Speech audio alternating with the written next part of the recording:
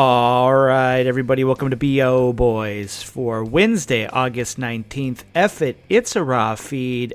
We're doing it remote. I'm Clayton. Yeah, I'm Pat. Clayton, I think that this weekend's slate of movies deserves what we're giving them, which is recording from two different locations, two different homes, not in BOHQ, not even in BO Studio 2, BO Satellite. Brooklyn, BO Satellite. We're recording from home, and are we not taking these movies as serious as we should? Are we not giving due credit to Out of the Further or Spa Weekend or Hot Spot?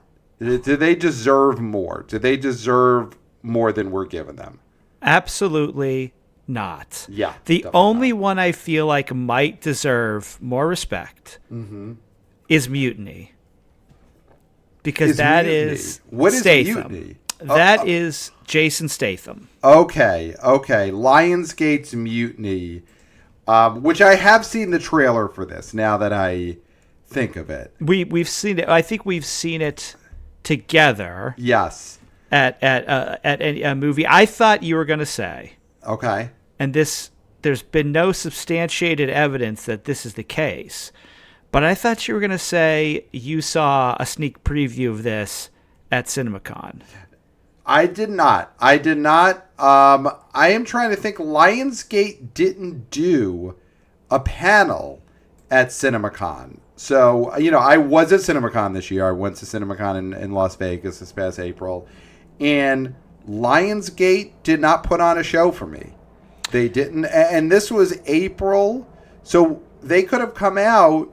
And at that point, they could have crowed about Michael, right? Because Michael was already a big hit by the time CinemaCon was happening, I think. Or maybe was Michael about to come out? I have to check this real quick to see exactly when Michael. That came out on April 24th. So actually, when I was at CinemaCon in Vegas, which I did go to, Lionsgate's Michael had yet to come out. So Lionsgate, they should have just put on a whole presentation just to show scenes from the upcoming Michael. But they didn't, and they didn't put on a presentation just to preview Jason Statham in Mutiny, which I think says a lot. Lionsgate is not, they're very selective about what they put money behind in promotion, and they have not selected to put much money behind Jason Statham in Mutiny. Clayton, do you know what the log line is for Mutiny, starring Jason Statham? You're in deep ship. That could be the slogan on the trailer, but the log line is a former Marine is framed and sets out to find the people responsible to prove his innocence. I mean, listen, it sounds like a Statham movie, but there's really nothing to that other than he was a Marine. I'm not seeing anybody of note. Annabelle Wallis sounds familiar as an actress, but let me refresh my memory with a good old Google. There's someone named Adrian Lester who's also in this cast. He's won a Laurence Olivier Award and a Critics Circle Theater Award for his work on the London stage. I don't think that matters when it comes to getting butts in the seats at the United States cinemas. I don't think the London Critics Circle Drama Desk Award matters for the fourth banana in this movie. They really went cheap on this cast. It's basically we paid for Statham, and then we're just plucking people off the London stage, which, sure, they could be great actors, but no one's going to give a rat's patoot about seeing these people. No. I know Annabelle Wallis from, of course, Tag. That's where I know her from. What year did Tag come out? I feel like you're going to say something that's going to be just sickeningly long ago. Well, if you were to hazard a guess. Okay. And I pretty much nailed Super Troopers 2 last time we did this game. Is Now, Tag no pressure. 2018? Tag is 2018? Tag is 2018. Okay. You nailed it. You nailed it. I mean, you want to feel old. Someone born during a screening of Tag is about to enter probably 4th grade now. If there was a woman or a person who birthed a baby because they had to see Tag. Ed Helms, big Ed Helms fan. They love. So were they breaching? Was this baby breaching while they're watching Tag? I mean, this is a straight from out. Tag to the hospital. Oh, I'm saying no hospital. I'm saying like full baby arrives before the credits roll in Tag. Well, some of those AMC theaters, they go full all the way back. Yes, full recline. Yes. I don't know if they did then because Tag's 2018. They did because I remember falling asleep watching the original Creed, and that was before 2018. Okay. And I was fully laid back. So yes, a pregnant person could have definitely given birth comfortably in a screening of Tag in 2018, and that child would now be getting ready to start 4th grade. That is how long ago Tag came out. And they probably saw this last Paw Patrol movie in the theater. Yeah. Yes. A baby born during 2018's Tag just saw Paw Patrol Dino Pups. Is that what it was called? Yep, Dino Pups. Dino Pups. Because they must have done some kind of surgery where the cop dogs and the dinosaurs are sewn together. Mm-hmm. So you recognize Annabelle Wallace from Tag. I don't know if that means that much. Apparently she was also an X-Men First Class. Well, that's a Lost to Time movie, it feels like. Yeah. So Statham, in a Lionsgate kind of cheapy, with real no hook to this movie. He is a Marine who's got to clear his name. You know what you're going to get. I mean, Statham's going to knock some heads. I'm sure he's going to be great in it. But this is not Beekeeper, where there's like some real buzz around this. This is a dump. Yes, and I think that. What do you think? I mean, do you think this even reaches double digits? I mean, we'll get to that when we do our numbers, but I just feel like, will this even be like 11 million? Does this even get to 11? I don't think so. I think this is a movie where Lionsgate's putting nothing behind it. The title is such a nothing. The word mutiny means nothing. There's no hook to this movie. There's no even second actor who anyone has ever heard of. Mm-hmm. It's not even, it's not even that Statham is fighting the boat. If this was a movie where a boat did something to fuck Statham over, and it's like Statham's got to fuck up a boat. He's got to fight a boat. Sure. Well, now, when a boat mutinies, is it called a boatany? It's a boatany. When a boat betrays you. Off. Yeah. It betrays you somehow. The boat betrayed him, and he has to get revenge on the boat. That is more interesting, for sure. And then you don't have to worry about having a co-star, because the co-star is the boat. Yes. You get a famous boat. You get a famous boat from a famous war. Get the Intrepid. Imagine if it was Statham had to get revenge against the Intrepid. Yeah. And listen, you don't even have to call it boatany because it's a boatany in the movie. You call it Intrepid. Yes. Yeah. That's bigger. That's a bigger get than Annabelle Wallace. Oh, 100%. 100%. Yeah, I mean, listen, nothing against her. God bless. Hope she's able to pay her bills. But nothing for her either. But nothing for her above and beyond the average person. Just the bare minimum respect that you give an individual who is alive. Yes. Yeah. But she's nothing compared to the Intrepid. If the Intrepid is second billed next to Statham, and it's basically like Statham versus the Intrepid, boatney. Yeah, you've got something there. But this is nothing. Statham's got to get revenge against unnamed nobodies, and he just happens to be on a boat. Here's what I'll tell you, and this is why this Intrepid would be great casting, is that my father, who doesn't really go see a lot of movies, I think I've seen a handful of movies with him my entire life. Wow. When he came to visit me in New York City, there's two places he wanted to go. He wanted to go to, and this was back in the day, so he wanted to go to Ground Zero. This was before they built Freedom Tower. So he wanted to go to Ground Zero, pay his respects. Just like kick stuff around. Well, he just wanted to put something in his pocket, whatever. Yeah. Whatever it ended up being. Something just, whatever. Sell it on eBay, yeah. Yeah. And then the Intrepid. Wow, okay. So if this Intrepid gets cast... He had no interest in the M&M store. Take me to Times Square, I got to see this M&M store. Too far uptown. Wow, okay. Too far uptown. Okay. Yeah. So your dad is the opposite of Lorne Michaels. Yes. He says nothing interesting happens above 14th Street. Oh, he was very interested in what was happening under 14th Street. We went and saw Marin. Yep. At Rafifi. Yep. And then, he wanted to see the Intrepid. So if this Intrepid gets cast, I think my dad would maybe buy a ticket. Wow. But he has no interest when it's just Statham is on a not famous boat looking to fight a guy. It's not enough to get him to the theater. Right. No, not at all. But if you called up, your weekly call, you said, Dad, Statham is fighting a boat. He's going to kick a boat in the side, in the sails. Yeah. And your dad, okay, I'm interested. And then you're like, and it's the Intrepid. Oh, I'd lead with the Intrepid. I'd say, Dad, the Intrepid's in a movie. The Intrepid got cast in a movie. Yeah.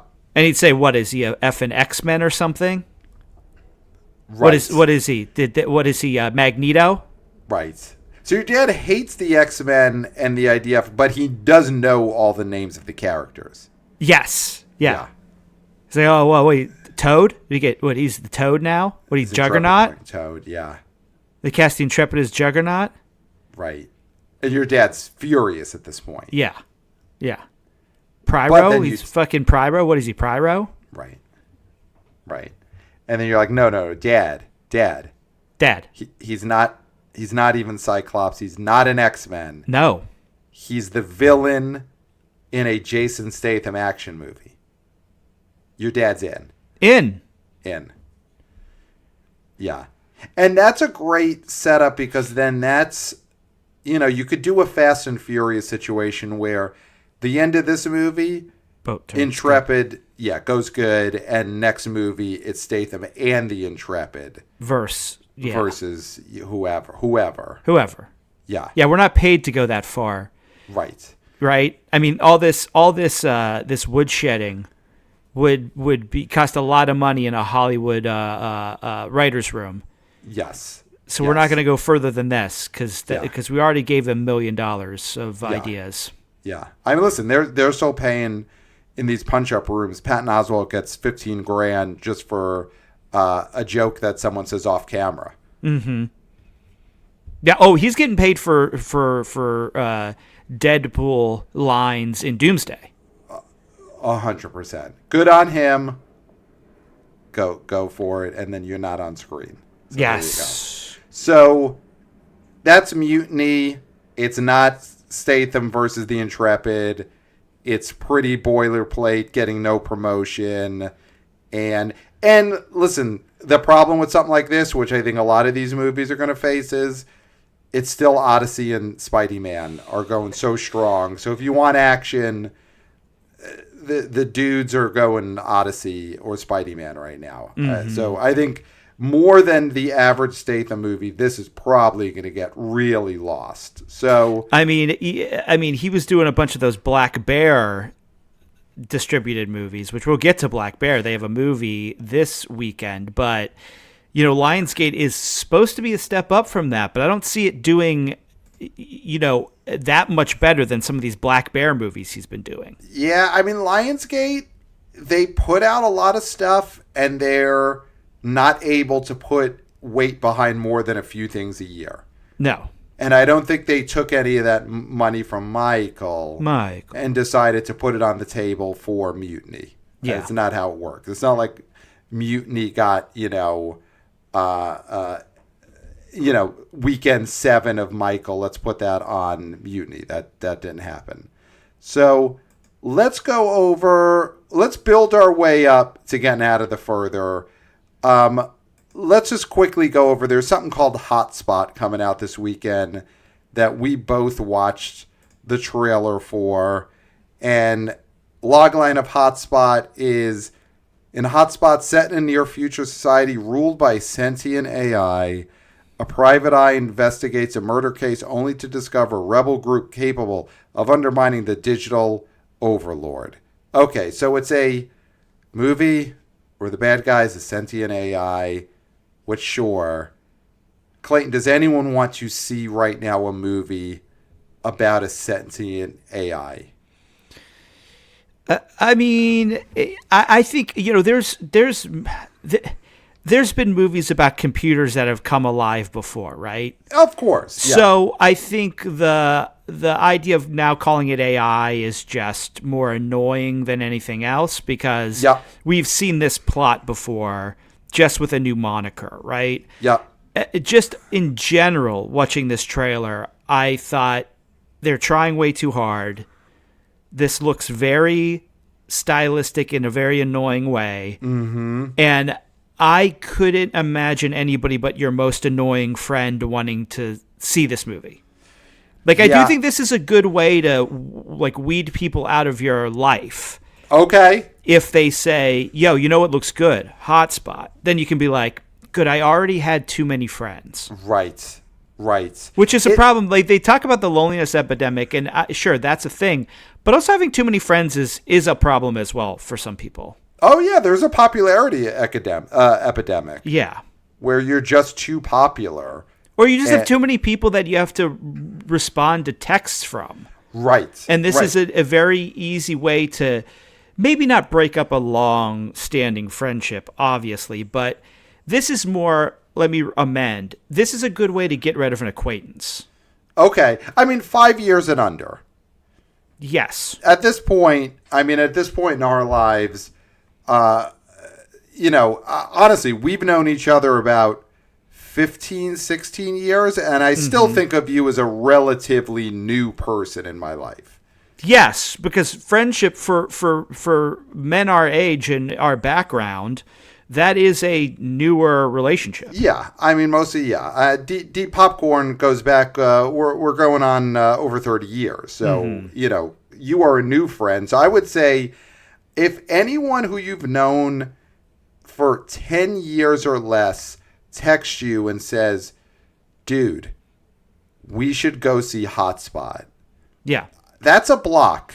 That's a block and report. Yeah. Mm-hmm. Yeah. That is a shadow ban. Shadow ban is as bad as you could get. That's shadow the worst thing you could do to someone is a shadow ban. But yeah, I think if someone says, let's go see Hotspot, that's a shadow ban. And listen, we want people to go see everything, go to the movies. But this really looks like one of those movies that you're particularly allergic to, because this is like Z grade sort of Bullet Train type humor, where the joke is, isn't it great how we sawed that woman's head off in an action scene? Or when joke is violence, that unless it's done so spectacularly well, I think that it always is bad. Yeah. Flippant violence is, for laughs, is not your thing. No. It's a tough sell. This isn't... What's the company that does all the Bob Odenkirk action movies? 87 North. 87 North. This is not 87 North. This is other production companies. It's a Focus Universal movie. But if you watch the trailer, Hotspot has a real... was it 87 North? 87 North. Has a real 87 North vibe to it. Yes.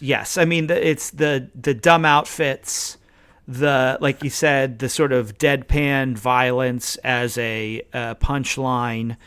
That sort of stuff sort of grosses me out now, even more so as an older gentleman. Yeah. The production companies on this movie are Medance and So Films, Poland. And so it looks like Focus and Universal probably have some kind of distribution deal here in the States. But this was a movie that was made. Principal photography took place in Greece. Okay, good for Greece. They need it. They did need. They listen. They could use this. Hotspot getting filmed in Greece was probably huge for Greece. But I don't want to see it. No. And it stars nobodies. I mean, it stars Numi Rapace is probably the best known person in this, and she's known for the foreign language girl with the dragon tattoo movies. Oh, she played the titular woman with the dragon tattoo? With the titular tattoos, yeah.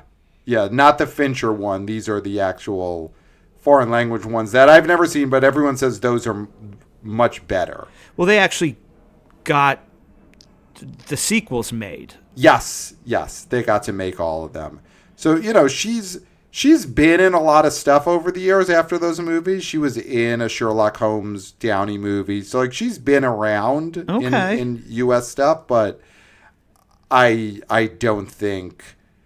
listen, this feels like this is for the people who just want to see violence no matter what in the theater. It's like that. What was that movie that came out a couple of years ago where it was the guy trying to get his dog? God, I was just. I want to say like Suchi. Yes, is that what it's called? I was that popped right into my head. There was a CISO. Yeah, there was a sequel to it. Is it called CISO? CISO was the comedy streaming network. Was CISO, right? Susu. Oh, God, this is going to bother me. I know exactly. Are we on CISO right now? Is there a chance that the BO Boys are on some kind of like maybe alternate universe CISO that stuck around? That still continued? Still exists? Yeah. Sisu. Sisu. Okay. SISU. That was the original run, and then there was a sequel, Road to Revenge. Okay, this feels like a Sisu. Yeah. Yes, this is feels like a low grade Sisu. As soon as you started your sentence, that poster popped into my head. Yes, that is. And, you know, I know a few people, or I used to know a few people who said, oh, that movie's really badass. And then you ended it. And I ended it. I no longer talk to those people. Wow. Like, I heard that the first one was badass, and then I heard nothing about the sequel because they were all shadow banned. You shadow banned him. Wow. Yeah. Okay. Well, I mean, you'll be monitoring your phone this weekend, Clayton, to see, does anyone text you and say, dude, let's go see Hotspot, and then shadow ban. Yep. As long as you've only known them for 10 years. Yeah, under 10 years, yeah. Under 10 years. 10 years or under, yeah.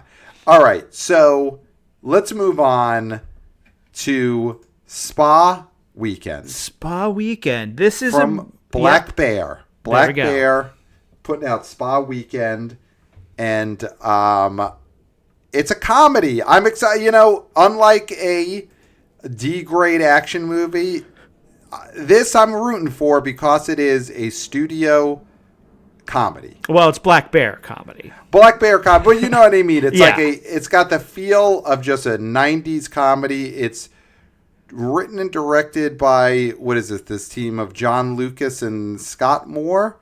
Basically, these guys who wrote a ton of movies in the 2000s, Ghost of Girlfriend's Past. They wrote the original Hangover, The Change Up, and then they directed Bad Moms and Bad Moms Christmas.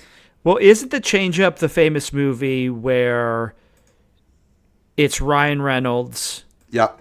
And it is Jason Bateman, and they're both two assholes that switch bodies. Yes. But have the same personalities because they're two snarky assholes. Yes. The Change Up was the idea of, what if two snarky scumbags switched bodies. And one of them is with is married, and the other one is single, and that's the only difference. Yes. Otherwise, they are the same guy. They look the same, act the same, think and talk the same. But what if they switched? One fucks a bunch, and then the other one is just so angry because he's got a wife. Yeah. And when you have a wife, you never fuck, right? Right. Never, ever, ever. That's what they say. That's what they tell me. That's what they all tell you. But until you shadow ban them. And then I shadow ban them. No, I don't shadow ban for that. Okay. I shadow ban, again, if they were to say hotspot, let's go see it. That's shadow ban. So these guys are, but that's the thing. These guys are 2000s comedy guys. Back when comedy movies were a huge thing, they were writing them. They directed Bad Moms movies, which are hits. So like the guys making Spa Weekend are trying to pull us back to, I would say, a better time in at least within comedy. It was a better time.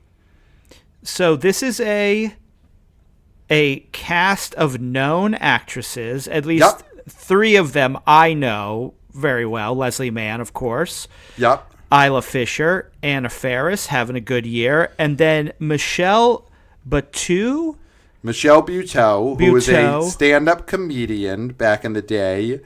And she's been acting a bunch. The movie that I watch on a plane that I liked fine was her and Alana Glazer were babes. They were both friends having babies.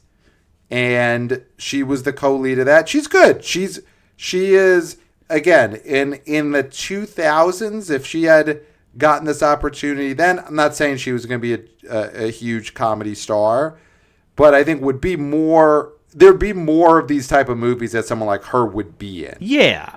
She would have been in a bunch of Apatow movies in the early 2000s if she had been in position at that point. Yeah.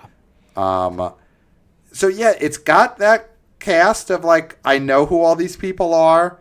They know how to do this. Leslie Mann and I mean, here's the thing. Anna Faris. This is the big one for us, right? Of these actresses, is Anna Faris was a actual star.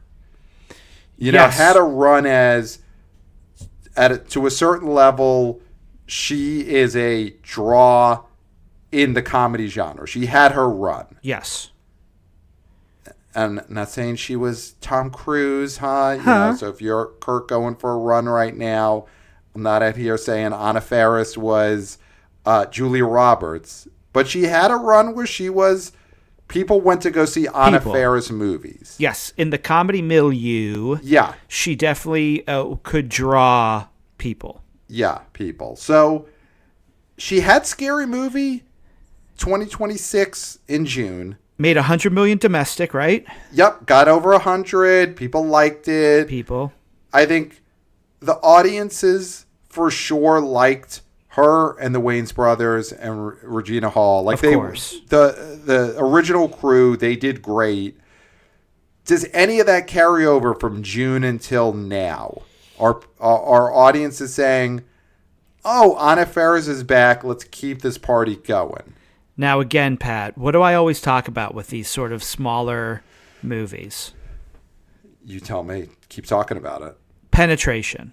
Yeah, so important. This movie doesn't have penetration. Where are people hearing about this movie? Where are the women hearing about this movie? Right. That's my fear with these Black Bear movies, is that they just don't have the penetration. And I know about this movie barely. Yeah. I actually, though, know this is the one movie out of all the movies coming out that I had seen some sort of trailer for. Yeah. We saw it in theaters. I was pretty disappointed because there was no laugh out loud moments. But again, it's not necessarily for me. Right. So there may be stuff that other people find relatable that I don't. And they're definitely aiming for women with this one, which is great. Yep, great. They're underserved when it comes to most movies and especially comedies. Mm-hmm. So there could be a way that this is penetrating, the demo, which I think would be women. So that it might it's not be penetrating me, but it could be penetrating them. Yes. And that I'm hoping that it is like deeply penetrating them. Yes. Yes. And you're okay with the fact that Spa Weekend isn't deeply penetrating you. I'm You're fine okay with that. You're fine I'm with okay that. with that. I hope it is. I hope it's out there penetrating and we just haven't been able to see it. But I'd like to see it. Yeah, I'd love to see it penetrate that audience for sure. But I think there is a chance that this weekend the female audience, you look at the movies that are at the top, and it's Spidey-Man and it's Odyssey. And obviously everyone's going to see those movies. And Spider-Man with Zendaya, it's getting everyone. But it's still like more guys skewing, their action. So there might be that opening within that audience where this Spa Weekend can penetrate them. Mm-hmm. The opening might be there. Yeah. Do we think that Anna Farris is the main draw of this? Like Leslie Mann, she had her run in I was going to say her husband's movies, but she was in those movies. She was in the Judd Apatow movies. And she was in the movie with Cameron Diaz and that where they're getting revenge on that one guy. What is the other woman? Oh, right. That was the other woman. That was a solid hit. Right. I'm going to bet that movie probably made $72 million domestic. Like, that's one of those movies that was still at a time when if you had a star like Cameron Diaz, that movie opened. My God, The Other Woman 2014 opened to 24.7 and got to $84 million domestic. And 110 international. It almost made $200 million worldwide. The Other Woman got to 196.7 worldwide. Oh my God. So, yeah, Leslie Mann had a run where she was in a bunch of comedies that people saw. So people know her. They know Anna Faris. We haven't said the name Isla Fisher yet.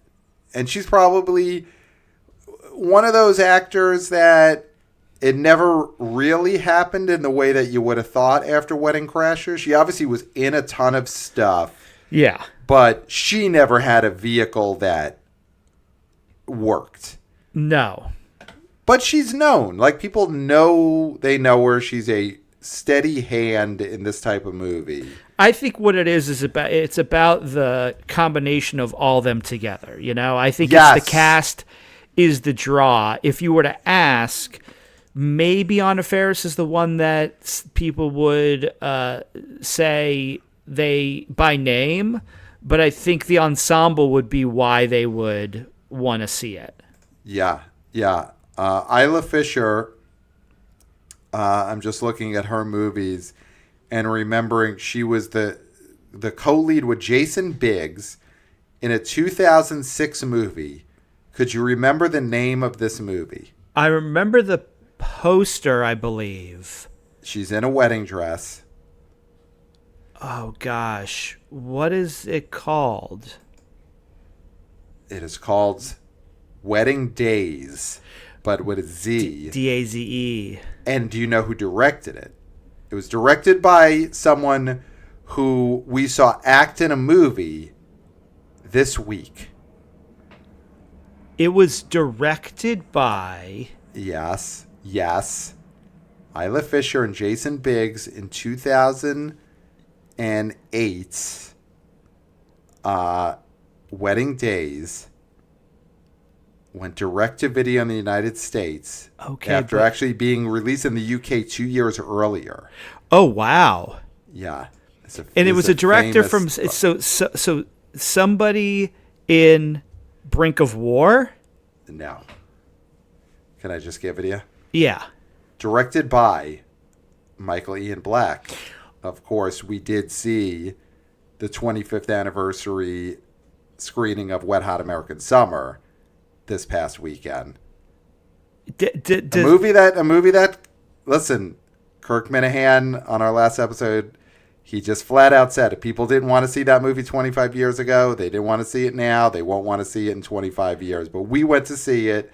Michael Ian Black was in it. He directed Isla Fisher in 2006/2008's Wedding Days. Whoa. So that tells you just how long Isla Fisher has been on our big screens and on our straight-to-video screens. Yeah. In certain cases. But she has been a going concern in a good way for American comedy for over 20 years now, or about 20 years. Yeah. So it's basically, this movie has got people you want to see, but you know what a problem is? Obviously the lack of penetration. Mm-hmm.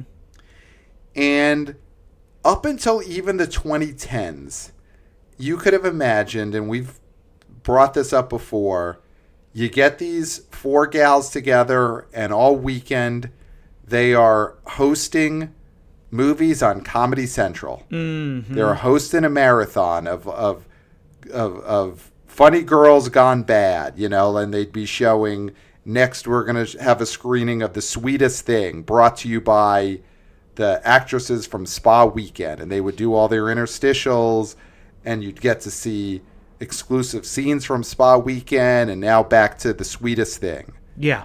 And now back to Bad Moms. And obviously that doesn't exist. That's sort of just like people watching TV on a weekend, and you got a low budget comedy and you put the stars on a basic cable marathon and it gets awareness for the movie. Yeah, where does that happen now? It's, it's like everything else. It's diffused, and I'm sure this Spa Weekend actresses are doing stuff on TikTok. And the thing is, I don't know if they are able to get themselves booked to eat the wings or to be a chicken shop date. No way. Yeah, that's right. Well, maybe Anna Farris could be a chicken shop date. Not for this movie. I don't think Black Bear has that reach. I don't think they're tasting. Where's Isla Fisher from? Australia? Australia, yeah. Yeah, they're not doing Australian versus American food on Lad Bible for this movie. Right. Having her bite into a boomerang or whatever it is they snack on. Yeah, boomerangs. None of these movies that are being released this weekend have any chance to be on any of those shows. And even the people who could be on it, like Statham's probably not eating the wings for Lionsgate's Mutiny. Mm-mm. Because if he's going to eat the wings, he's going to save it for something that has the studio behind it. It's Meg 3. Yes. Statham eats the wings for Meg 3. If Lionsgate said, hey, we want to reach out to the wings guy and get you to eat the wings, Statham's like, no, not for this. Not for this. No. It wasn't in the contract. Yeah, and I think Anna Faris probably doesn't go on the chicken shop. Although, for Anna Faris, this is a big movie, right? I mean, in terms of Scary comeback. Scary Movie is way bigger for her than this. I mean, it's good. It made $100 million, so obviously it's a bigger movie, but this is a Anna Faris comedic vehicle. And I don't know if you're getting Anna Faris comedic vehicles that are going to be on a bigger scale than this. That was her returning to an IP. But I don't think, Universal or Paramount are going to build a like $15 or $20 million movie around Anna Faris. They should. But I think for her and probably everyone in this cast, this is a big deal for them in terms of like the level of comedy they could get. Okay, well, so I went on YouTube. Right. And looked up Anna Faris. Anna Faris and the stars of Spa Weekend were on the Today Show. Okay. 2 days ago. But here's the thing. The Today Show is like 7 hours long. It starts at 3 a.m. and it goes until noon. Yeah. So it was an 8-minute segment on a 8-hour show. So you don't think this is the 8 a.m. hour, the Spa Weekend? Because, I mean, maybe were they talking to Carson Daly? Could you see on that clip which host are they talking to? Is Al Roker there? Because if Al Roker's there, then that's like prime. Al Today Roker Show. is not there. Let me. Oh jeez. Shut up. Sorry, there's just this ad with two fake podcasters. Okay. So are they styled to look like us? They're styled to look like us. One has shades and everything. Wow. Now I'm closed captioning this, and I'm trying to see who these. But you're not recognizing these other Today Show hosts that are talking to the Spa Weekend actresses. No. Is Don Lemon on the Today Show? I think so. I think Don Lemon, though, he hosts the 4:30 a.m. to 4:45 a.m. slot. That's the Don Lemon Today Show slot. But Don Cherry is dead. Yes. And he only ever did hockey, right? Yeah. And Eagle Eye Cherry would not be on the Today Show. No. Yeah. So this is the third hour. Zach Cherry might be hosting an hour of the Today Show, though. I could see that at this point. It's possible. The guy's everywhere. Yeah. Good for him. Yes. Okay. So I think that is Don Lemon, and maybe I'm wrong. But not Carson Daly. Carson Daly, no. Not Jane Pauley. Jane Pauley, no. No. Okay. Savannah Guthrie, no. Oh, God. Is this the hour of the Today Show that's still hosted by Matt Lauer? No. That is deep into the middle of the night. That's Today After Dark. Yeah. Yeah. Okay, so yeah. Yeah, so listen, even if it is the Today After Dark slot with Matt Lauer and Don Lemon, which is obviously not prime Today Show, Black Bear did get the Spa Weekend cast on the Today Show. I'm sorry, this is a gentleman named Craig Melvin.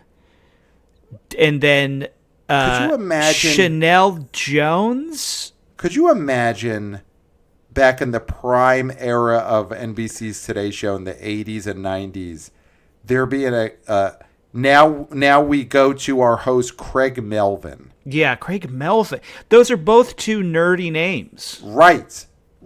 Those would be two different cast members in a Revenge of the Nerds straight to, made for TV sequel. Yeah, Craig and Melvin. Craig and Melvin now. Yeah, those are your stars. Now, yeah, Craig and Melvin are the newest pledges to Lambda, Lambda, Lambda. Right.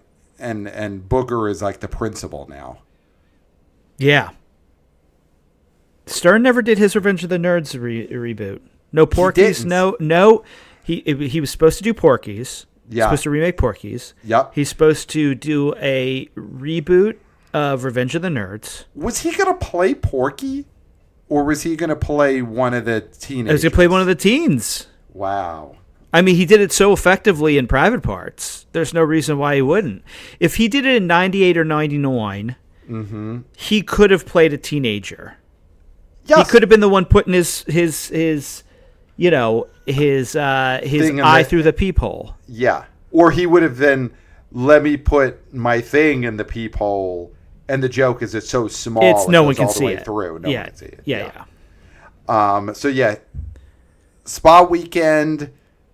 It is about penetration. I think if this was a movie that got heavily promoted, here's the thing, and we are not the Streamo boys, huh? Well, occasionally. Occasionally with the Streamo boys, like when last week we had the great screenwriter Laura Hankin of Don't Say Good Luck, which I did watch on Netflix, and legit great movie. 4 stars, highest recommend. It's getting great reviews. Yes. And you're not the only one. Yeah. So we are the Streamo boys occasionally, but Spa Weekend feels like one of those movies that if it was straight to Netflix, it'd probably be getting a lot of buzz, and someday it'll be on streaming and a lot of people will see it. I just don't feel like it's getting the promotion necessary to get audience out. That said, I would love to wake up on Monday morning and see this thing has made like $11 million opening weekend. There's no possible way that happens. No possible way. You know what this feels like? A R.I.P. one of the greatest of all time, one of the late period Diane Keaton type comedies. Oh, goodness. You know, this feels a little raunchier than that, though. But I'm saying like that level where you're like, oh, this feels like it could have been a bigger comedy movie in a different time period, but it's coming out from a Black Bear type studio. Yeah. Yeah. And there's nothing in this trailer, I guess to end on this, nothing in this trailer that feels like a set piece that's going to get a lot of buzz, right? No. I mean, that was the thing, seeing this trailer, it doesn't look funny. Yeah. It doesn't look like it has the one thing it could really push. You know, whether it's the one... The character that I think gets the most play is Isla Fisher. Isla Fisher seems to be the one that gets to really go nuts in this movie. Yeah. And Anna Faris seems to have to be the straight person. Leslie Mann's like the uptight straight person. You know, it's like Isla Fisher's the one who gets to be the like sort of attempt at a breakout character, like a Melissa McCarthy role. So that's Spa Weekend. I mean, listen, fingers crossed, and we'll give our predictions later. Would love this movie to break out and bring back comedy, but I don't know if Black Bear could do it. Let's get to the quote-unquote biggie. It's a new Insidious movie. Insidious Out of the Further, which is the... Clayton, do you know which number in the franchise this is? Well, I'm cheating because I have the franchise up. Okay, you have the franchise up. So this is number 6. This is the Yes. 6th Insidious movie. This franchise has been around for so long. 2011. Oh my God. So the 6th movie, and I think the big thing to point out here is this is no Patrick Wilson, no Rose Byrne. No. They are done with this series. Red Door was the last one. Patrick Wilson directed it. They really marketed it as like, this is the end. And now they're out of the franchise. Lin Shaye, the sunburnt lady from Something About Mary. Mm-hmm. And of course, I mean, her great role in Kingpin. Yes. The landlady in Kingpin. The one scene that I, to this day, can't have to skip every time I watch that movie. You can't watch this. No, when he's you really puking in the toilet and you shook... Ugh. You shook something loose back there, Tiger. I can't. That is the one I can't do. I mean, listen, I know Lin Shaye's had a lot of hits being in these Insidious movies. She had Oscar buzz for The Last Key as well. Yeah. I mean, that was a real thing. I will always remember her as Kingpin. Yeah. You shook something loose back there. Oof. So Lin Shaye is the draw of this one. Mm-hmm. And just, it's horror and it's Insidious. These movies are never been, I like horror, never been for me. Have you seen I've never seen a moment of an Insidious movie other than clips from the trailers. I've never gone to one. I'm sure I've watched one of them all the way through at some point, but I have never gone to see one of these in the theaters. And based on my upcoming schedule, I would say that will continue. Mm-hmm. So I do think, though, it's hard to bet against horror. As our chief horror correspondent, Brett of The New Flesh, always says, horror always wins. Mm-hmm. I do feel like this is going to be a big downturn in this franchise. Well, because looking at this franchise history, the biggest earning worldwide installment in this franchise was the last one, The Red Door. Wow. Oh, man, it ended up making $82 million domestic. And then the Last Key made 67. The one before that, Chapter 3 was sort of the low watermark, made 52. Yeah. Insidious 2 made 83, and Insidious 1 made 54. So these have all been solid hits. All have made over 100 million worldwide, except for the first one. Stopped at $99.8 million. Re-release. What are you doing? Re-release this movie now and get that over $100 million. Drive-ins. I know drive-ins aren't as popular as they were during COVID, but do some Insidious double feature drive-ins with the first one and this one and get that over 100 million. Come on.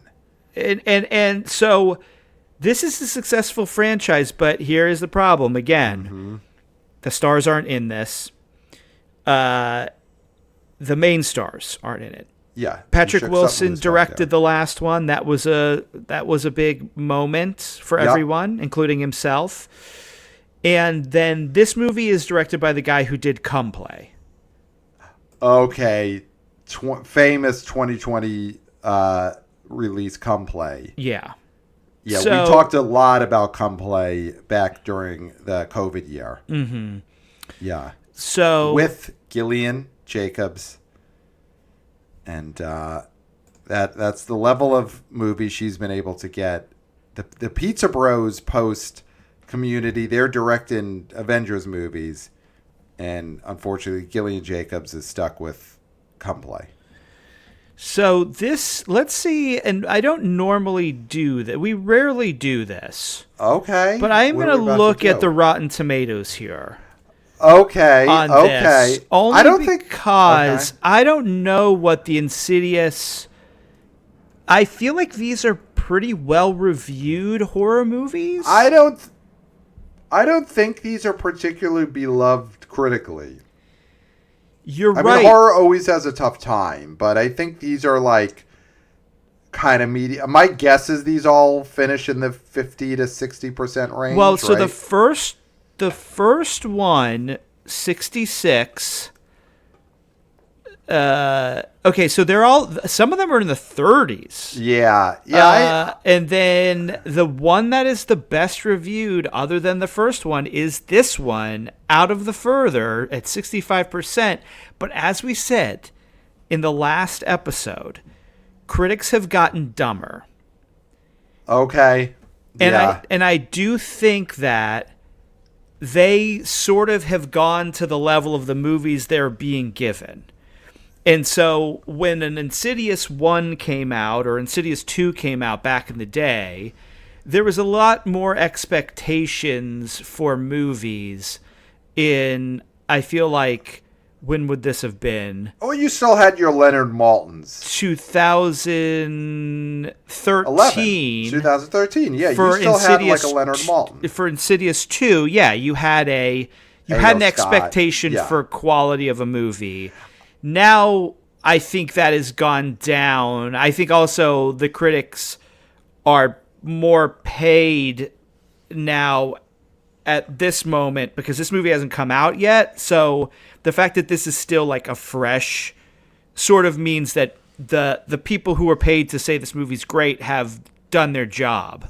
Okay, so you're just calling them shills. I'm calling them shill. Oh, the shilling, and we know this. It's chilling the shilling. It's chilling the shilling. The shilling is at an all-time high. There's two things that are happening with movies right now, with scalping and shilling. Yeah. And so these, but, then real critics see these movies and then they give their actual, numbers, and they usually sort of even out. Yeah. So and I think we'll talk about this when we get the results for this. I think what we might see with this Insidious franchise is obviously horror always wins. Horror is always going to be gigantic. But there are shifts. And I think we started this summer with Backrooms, Obsession, gigantic monster hits, new voices aimed at young people. And you saw in July, you threw the Evil Dead banner on a movie and people didn't care. Yeah. That one bombed. And I do think Insidious could go the same way. Musty. Where it's musty, the stars aren't here, It's number 6.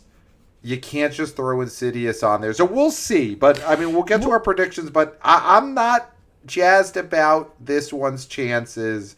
I think there might be a little mustiness here. Yeah, I mean, even when everyone's going to see Spidey-Man. Yeah, even when we were younger, once these Freddy franchises, these Halloween franchises, these Children of the Corn. Yeah, like sometimes Friday the 13th. But the thing is, at least with Insidious, they've all been theatrical releases. Children of the Corn went straight to video very quickly. Yeah. So we'll see. I do want to throw up one last movie before we make our predictions, because we have something going wide that you have seen and I saw last night, because it's been limited release last weekend.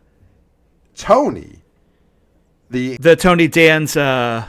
Yeah. The Tony Danza one-man show. Yes. Recording of his one-man show, which now Clemmer doesn't have to see, apparently. No, can you believe that? And we won't tell him. And you know what? He'll want to see it, because I did see this movie, and Tony Danza does it all. He sings, he dances, he does comedy. Anecdotes from his long career. He lifts an audience member up. I saw it several times actually in person, and he doesn't.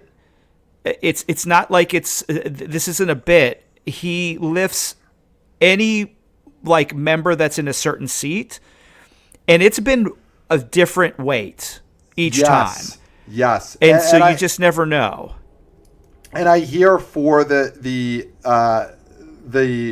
version that they taped, the show they taped, it's a big one. It's a big one. It's a larger person. Larger person, which not against that person, just that it is more impressive that Tony Danza lifted that person above his head for the theatrically filmed one-man show, which it is a disgrace that Chris Clemmer will not have to go see this Tony Danza movie, which is opening on over 1,000 screens. Yeah, and now that he knows what it is, he's probably going to want to see it. And here's what I'm going to say. You're not allowed to see it. Here's what I'm saying to him now. You didn't see 6 or Hadestown the musical. Or Hadestown. So you don't get to see the Tony Danza one-man show. You don't get to see him tap dance. You're not allowed. If I find out that Chris Clemmer went to see this Tony Danza one-man show on screens, I'm going to flip the fuck out, honestly. Yep. It'll be great radio. And he'll come on here and he'll mix it up, and that'll be great radio. And you know what? Shadow ban. Wow. Shadow banning him. Sorry. It's been less than 10 years. It's been way less than 10 years. Yeah. Wow. So this Clemmer, I mean, listen, if I see him crouching down and he says, I just saw the greatest entertainer of Tony. The last several generations. Yep. And he said, this is number 17 out of 63 movies I've seen this year. Yeah, I'm gonna flip my shit. Frankly, flip my shit. Yep. And he's gonna have to come on and he's gonna have to take it. He's gonna have to take a good old fashioned verbal ass whooping. From yours truly. Yeah. Because after you skip 6, after you skip Hadestown, I don't see filmed theatrical pieces, and then you go see Tony, the Tony Danza one-man show on screen. Then that's like, okay, well, you're picking and choosing.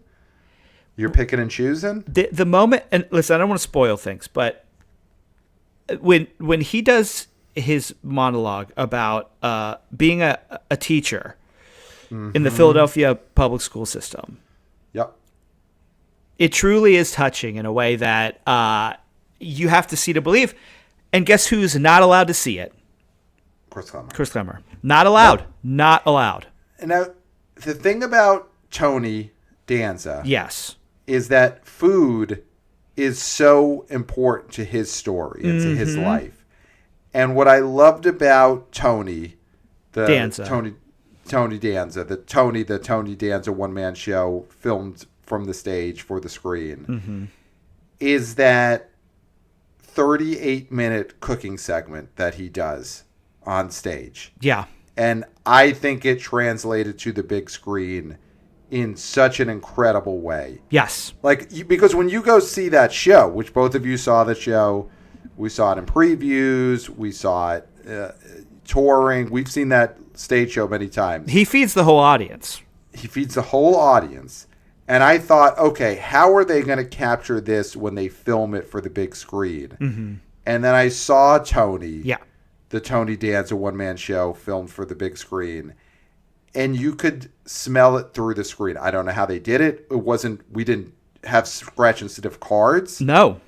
It was not announced. This isn't smell-o-vision, but the sauces, the gravies, the breads. You could smell the bread. Yeah. It's hard to smell bread. But you could smell it when you see this movie. And Clemmer better not crouch down.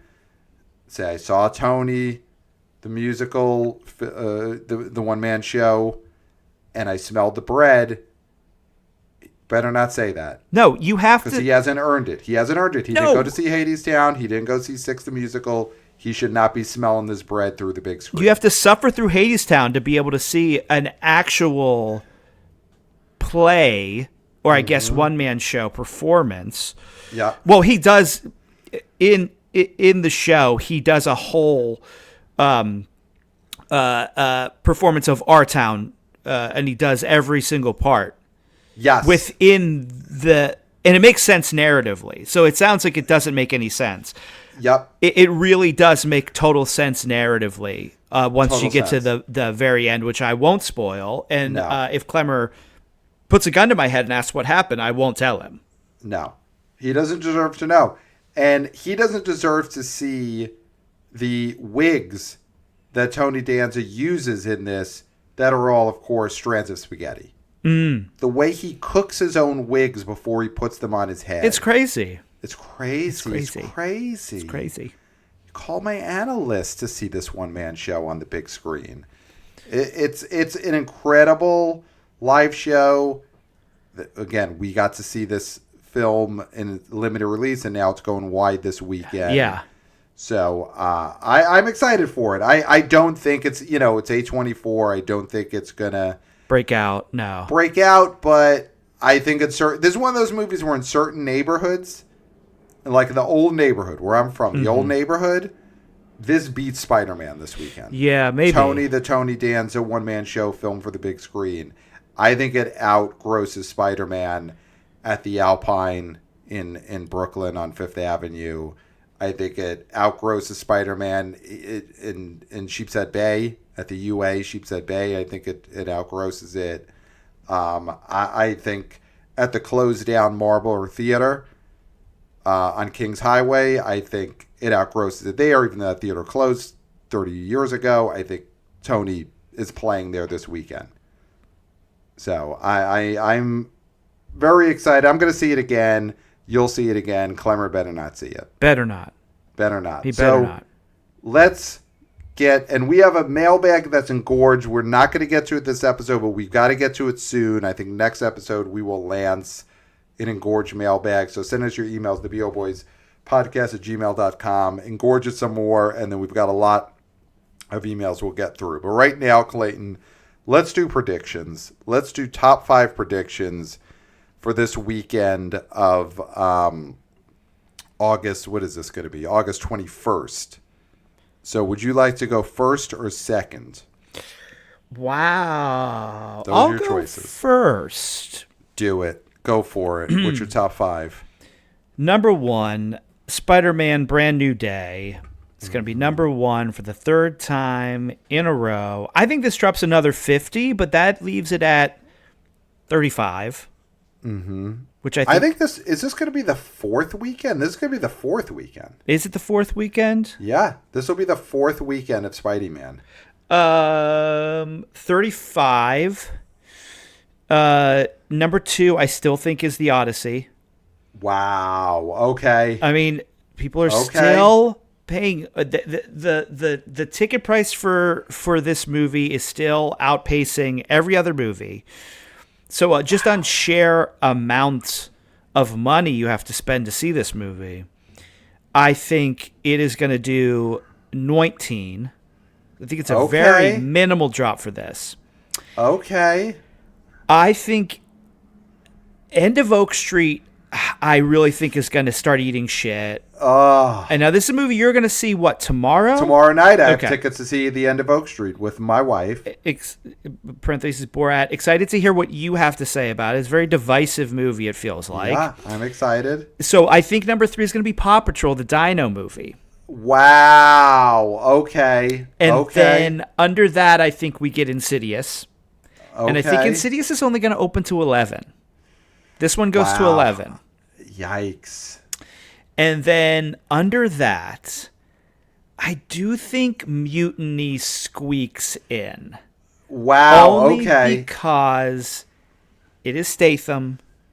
And we're talking number 5. It could make $4 million and get to number 5. Yeah. Okay. All right. So I am going to go. I'm just quickly looking at these day-by-days. Day-by-day. Bidet. And End of Oak Street every day was finishing ahead of the Dino movie, Dino Pups. But yeah, not exactly blowing it away. All right, number 1's going to be Spidey-Man, Brand New Day. I agree, it'll make 30-something million, 35 million.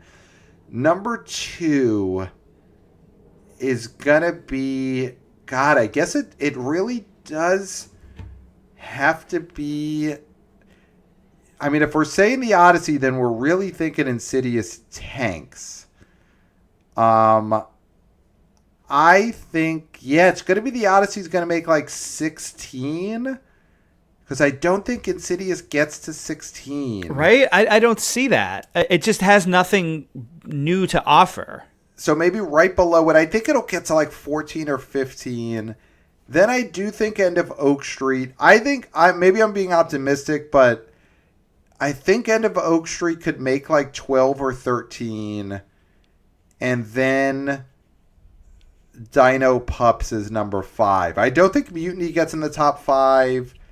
I don't think Spa Weekend gets in the top 5. And unfortunately, I don't think the Tony Danza one-man show film for the big screen gets in the top 5. No. Yeah. So I guess our big takeaways, we both think Insidious Out of the Further is going to eat shit and kind of be the end of this franchise. But we'll see on Monday when we're back. I mean, all that to me, the money for this movie feels like gravy because they should have ended it after the last one.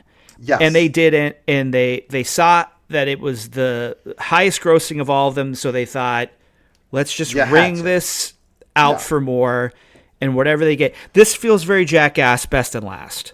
I wouldn't be surprised if half of this is Insidious's greatest hits. Yeah. I mean, listen, just give us Lin Shaye's greatest hits. Give us Insidious Out of the Further. And she's crying. She's like, it's the last Insidious movie. How do you feel? She's like, I feel sad. I feel sad. Yep. And then you show Lin Shaye her greatest scene. I think you knock something loose back there, Tiger. I hate that. Yeah. It's a perfect movie other than that scene. And even that is a perfect scene in its grossness. Which you just can't take it. I can't. It's too much. Well, the other one is, they do this to me. The other one is in Hall Pass. Do you know the scene in Hall Pass I'm talking about? Which one? What's the scene? I feel it's in the bathroom. Is there an explosion on the wall? Yes. Okay, yeah. When the young lady sneezes and blasts shit onto the wall. Right, she sharts. Yeah. She sharts. Yeah. And not the Hulu FXX limited series, The Sharts. No. That we're both watching. Both watching. Very good show. I'm enjoying it. I'm enjoying We're not the Streamo Boys, huh? But, let's give a plug to the Sharts. But if Kai Gerber wants to come on the show, she was, of course, in Saturday Night. So she would be allowed to be a guest on the show. On a Streamo Boys segment, yes. Yeah, to talk about the Sharts. So, that's our predictions. We're both not too high in these newbies. I'm really curious about what End of Oak Street does this weekend, if there's any sort of momentum for that, because you're getting the mixed reviews of, I think there were people who thought it was a different type of movie than it was, but it may be intriguing to people who want that type of movie, like me, who's going tomorrow night. So I'll have boots on the ground from that next episode. The problem with this movie, again, and I'll see what you say about it critically. You're not a critic, but you'll give a review. It's just there doesn't feel like a reason for people to see it in the same way that some of the bigger movies have given people more than I'm just going to the movies. You know what I mean? Yeah. I mean, it's Anne Hathaway fighting dinosaurs. So, I mean, if that's not a reason enough, then we're in trouble in terms of then, like, you only go to the movies if it is, like, the top 1% of huge movies. But listen, I don't know what this says about, but people would rather see her at a Loom. They'd just rather see her at that Loom. Yeah. Well, listen, it opened to 21 million. So it opened fine. It's really this weekend's going to tell the story of, does it make 8 or 9 million, or does it actually hold on and makes 14 or 15 million? So we'll see. And we'll report on it the next episode. We'll also answer mailbag. So email us, theboboyspodcast@gmail.com. Follow us on social media at theboboyspod. 5 stars on Apple Podcasts. Subscribe to the Substack. New articles coming very soon on the Substack. We got some things brewing, and we're going to be putting pen to paper. So subscribe to the Substack. Subscribe to the YouTube channel. We are YouTubers. Hey guys. We're getting close to monetizing, which we will demonetize before we monetize. So get us to monetization so we can get to demonetization as quick as possible, yeah. And that is all I got, Clayton. I got nothing else. Pat. Yeah. You've somehow, in under an hour 15, said it all. Wow. There's literally zero left to Zero. say. Left to say. There's nothing left to say. Not left to say. So I could go in a different room. Except for, until next time, we'll smell you.